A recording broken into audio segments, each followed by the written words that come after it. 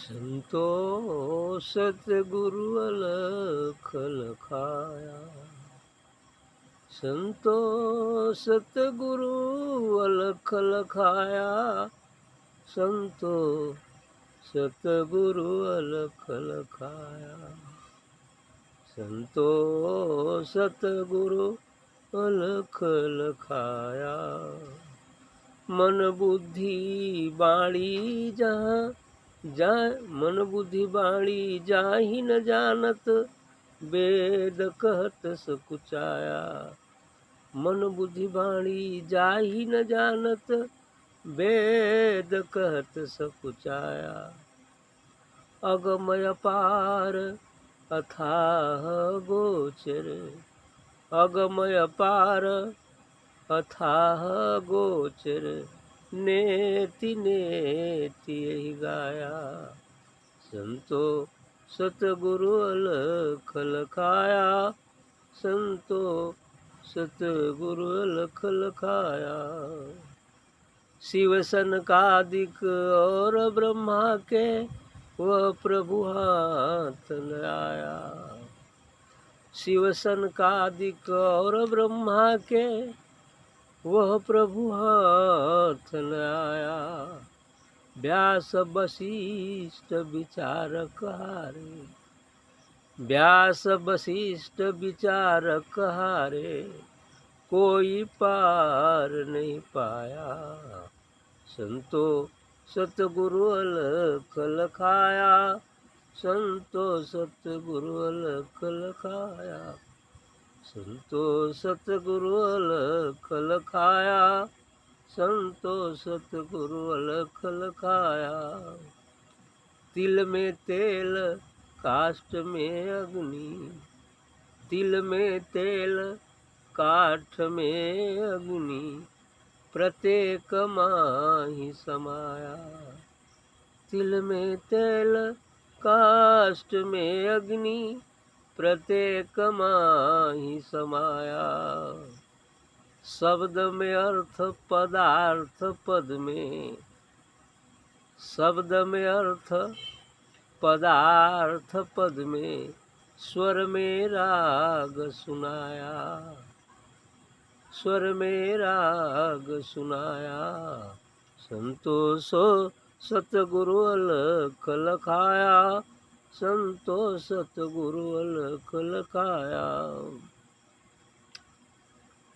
संतो सतगुरु अलख लखाया। संतो सतगुरु अलख लखाया। बीज माही अंकुर तरु शाखा, बीज माही अंकुर तरु शाखा, पत्र फूल फल छाया। त्यों आत्म में है परमात्म, त्यों आत्म में है परमात्म, ब्रह्म जीव रुमाया। बीज माही अंकुर तरु शाखा, पत्र फूल फल छाया। त्यों आत्म में है परमात्म, ब्रह्म जीव रुमाया। कहे कबीर कृपालु कृपा कर, निज स्वरूप परखाया। कहे कबीर कृपालु कृपा कर, निज स्वरूप परखाया। जप तप योग यज्ञ व्रत पूजा, जप तप योग यज्ञ व्रत पूजा, सब जंजाल छुड़ाया। संतो सतगुरु अलख लखाया। संतो सतगुरु अलख लखाया। संतो सतगुरु अलख लखाया। संतो सतगुरु अलख लखाया। हाँ, देखिए कबीर साहब बहुत अच्छी बात कहे हैं। ज्ञान की बात कहे हैं। संतो सतगुरु अलख लखाया। सतगुरु ही एक ऐसा महामानव है जो हमें उस अलख जो लखने में नहीं आता, अर्थात उस परमात्मा का बोध करा सकता और लखा दिया। कबीर साहब जी कह रहे हैं कि संतो सदगुरु का लख लखाया कि हे संतो, मुझे मेरा सदगुरु उस अलख को लखा दिया, बता दिया। कौन अलख है उसके बारे में कुछ बता रहे हैं। मन बुद्धि बाणी जाहि न जानत, वेद कहत सच्चाया। जिसको न मन जान पाता है, न बुद्धि जान पाती है, न वाणी जान पाती है, और वेद भी उसका जिक्र करते करते सकुचा गया, लजा गया। का वर्णन करी। इसी को कहते हैं मन वाणी के अगम गोचर। अर्थात वो कहा ना, वो क्या है, यतो वाचो निवर्तन्ते अप्राप्य मनसा स, न तत्र चक्षुर्गच्छति न वागच्छति न मनः। यतो वाचो निवर्तन्ते, जहाँ से वाणी लौट कर चली जाती है।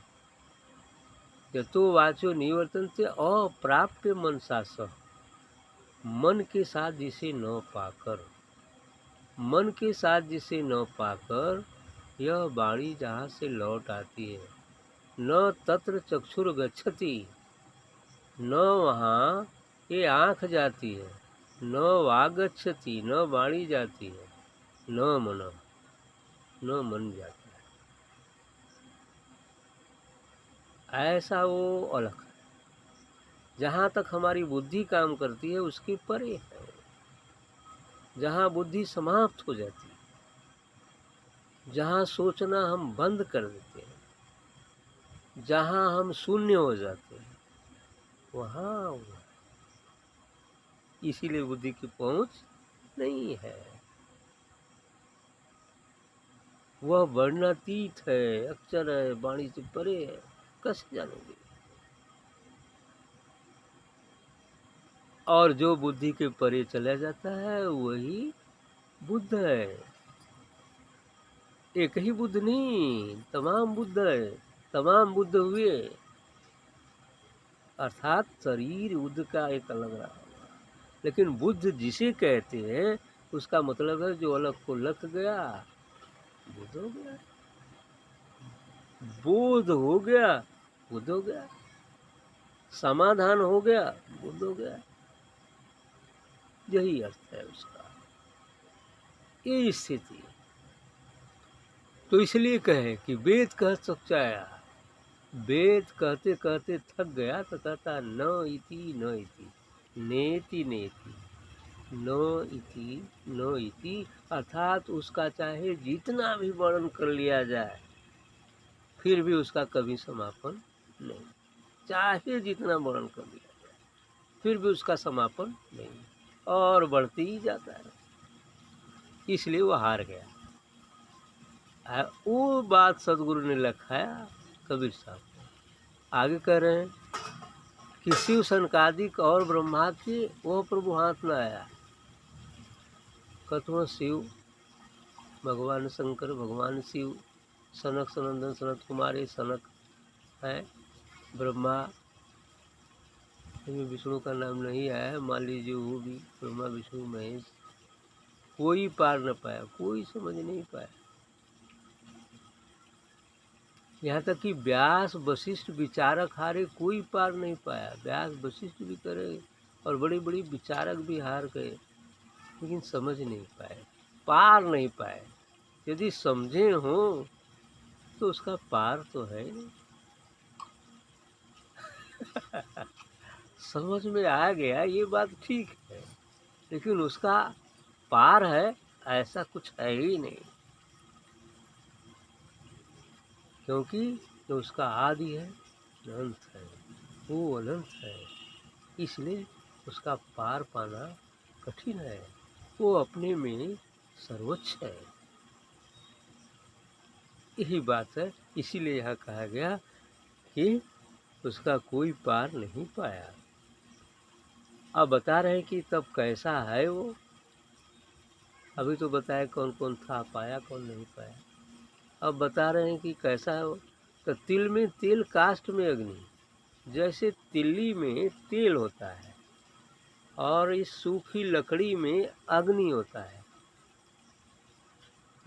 तिल में तेल, काष्ठ में अग्नि, प्रत्येक माही समय, उसी प्रकार से वह सदगुरु, वह परमात्मा सब में समाया हुआ, सब में समाया हुआ। लेकिन अब तिल में तेल है तो क्या इस तरह से देखा जा सकता है? तिल्ली हाथे पर रख लो, तेल मिल जाएगा? नहीं मिलेगा। उसमें तेल झलकेगा? नहीं झलकेगा। तो क्या करना होगा? कोल्हू में पेरना होगा। अब ले जाओ मशीन में और पेरो उसको, तब तेल अपने आप निकल जाएगा और बाकी जो झंझाट है, मतलब खली है, वो बाहर हो जाएगी। जो बेकार की चीज़ें हैं जुड़ी हुई उससे, वो बाहर हो जाएगी और तेल ही सिर्फ बाहर। उसी प्रकार साधक को भी कोल्हू में पीसना होगा। लेकिन कौन सी कोल्हू में? ध्यान की कोल्हू में, ध्यान की भट्ठी में, सत्संग की भट्ठी में। पीसते पीसते, ध्यान करते करते करते, जब उसका स्वरूप होते हुए स्वरूप मिट जाता है, अर्थात शरीर और मन होते हुए शरीर और मन मिट सा जाता है, अर्थात वो बिल्कुल निराचार, निर्विचार स्थिति में आ जाता है, एक भी विचार शेष नहीं रहते, अर्थात शून्य हो जाता है, तो तेल निकल, तेल दिखलाई दे लगी। कब पूड़ी बना के खा पूरी मलपुआ, अब कोनो दिक्कत ना, है ना? लेकिन इतना तो करना ही पड़ेगा। जब अपनी आपा मिट जाएगी तो जो आपा प्राप्त होगी वो कभी मिटने वाली नहीं होगी। कहा किसी संत ने कि अग्नि के 7 समुद्र में अपने आप को जला के भस्मसात कर दो, फिर जो स्वरूप प्राप्त होगा वो कभी मिटने वाला नहीं होगा। अर्थात साधना, सत्संग, ध्यान की अग्नि की भट्टी में जब करते करते हम अपने अहम और मन सब प्रकार के अहम को मिटा दें, शरीर और मन को मिटा देंगे, अर्थात शून्य हो जाएंगे, फिर वह स्वरूप प्राप्त होगा जो नूरी होगा, जिसको न आग जला सकती है, न शस्त्र काट सकते हैं, न जल गीला कर सकता है, न वायु सुखा सकती है। वो स्वरूप प्राप्त होगा तो कहाँ से मिटेगा? अब नहीं मिटेगा। यही बात है। वो स्वरूप मिलेगा जो कभी मिटने वाला नहीं होता, अजर अमर अविनाशी है। काठ में जैसे अग्नि है, तो अब अग्नि को देखने के लिए काठ में ऐसे दिखाई देती है? नहीं दिखाई देती। अब अग्नि में यदि, काठ में यदि अग्नि देखना है तो इसको किसी जलती हुई अग्नि के संपर्क में जाना होगा। चूल्हा में लकड़ी लगल हो, ओकरे संपर्क में जौन सूखी लकड़ी अलग पड़ी है तो उसमें जाके लगेगी, तब उसमें से जल, चूँकि लकड़ी जल ही रही है, आग तो जल रही है, बस वो जरा सा पकड़ी, धीरे धीरे पकड़ी तो वो आग हो गई। अर्थात साधारण जीव सूखी लकड़ी की सदृश है, संत सदगुरु जलती हुई लकड़ी के सदृश है।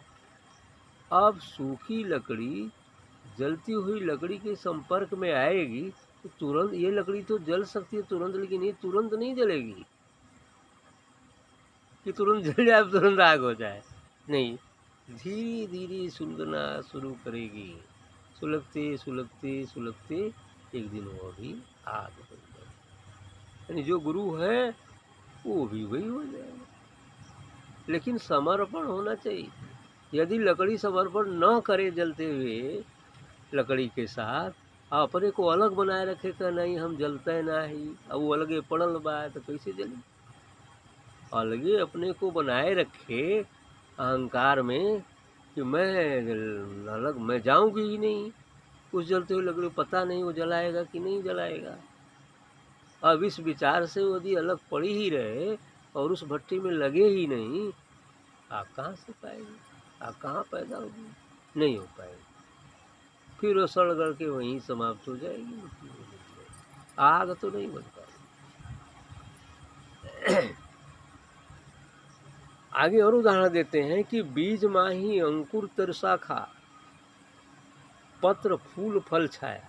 जैसे आम की गुठली के बीज में, गुठली में जो बीज होता है उसके अंदर आम के पौध का अंकुर निकलता है, फिर अंकुर पेड़ बनता है, पेड़ में शाखाएं फूटती हैं, फिर उसमें पत्ते निकलते हैं, फिर फूल लगता है, फिर फल लगता है और छाया भी प्रदान करता है।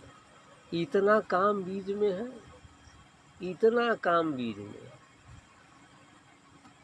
तो इसी प्रकार से जैसे बीज में इतना बड़ा पेड़, फल फूल पत्र शाखा तमाम चीज़ें छिपी हैं, उसी प्रकार से हमारी आत्मा में वह परमात्मा छिपा हुआ। हमारी आत्मा में रूपी बीज में वह आत्मा में अवस्थित हो जाना तो अभी बीज रूप है। आत्मा में अवस्थित होना अभी दूध रूप है। जिस प्रकार दूध में घी छिपा है, उसी प्रकार आत्मा में परमात्मा छिपा हुआ है।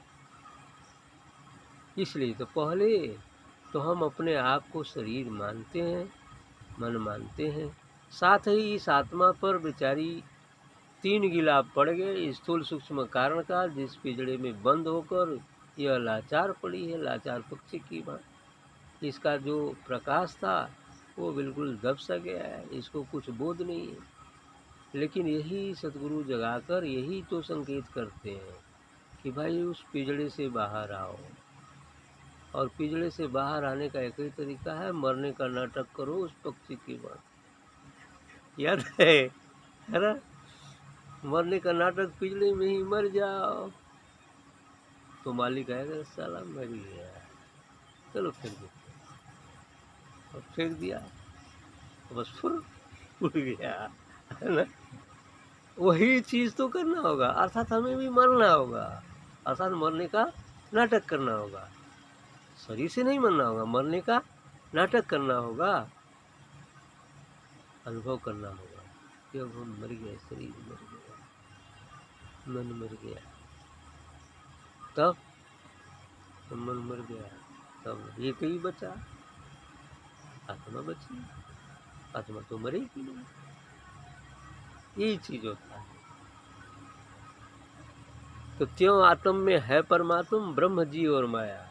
तभी आत्मा में परमात्मा भी है, साथ ही ब्रह्म जीव माया ये सब कैटेगरी है उसी आत्मा। जीव तब बनती है आत्मा जब आवरण से घिर जाती है, कर्मों संस्कारों पाप पुण्यों का आवरण पड़ जाता है, स्थूल सूक्ष्म कारण शरीर के अंदर कैद हो जाती है, तो ये जीव बन जाती है। और कैद इसलिए होती है कि माया के प्रलोभनों के कारण, जो संसार में काम क्रोध लोभ मोह अहंकार भव सागर के एजेंट हैं, इनके कारण, माया के कारण ये जीव बन जाती है।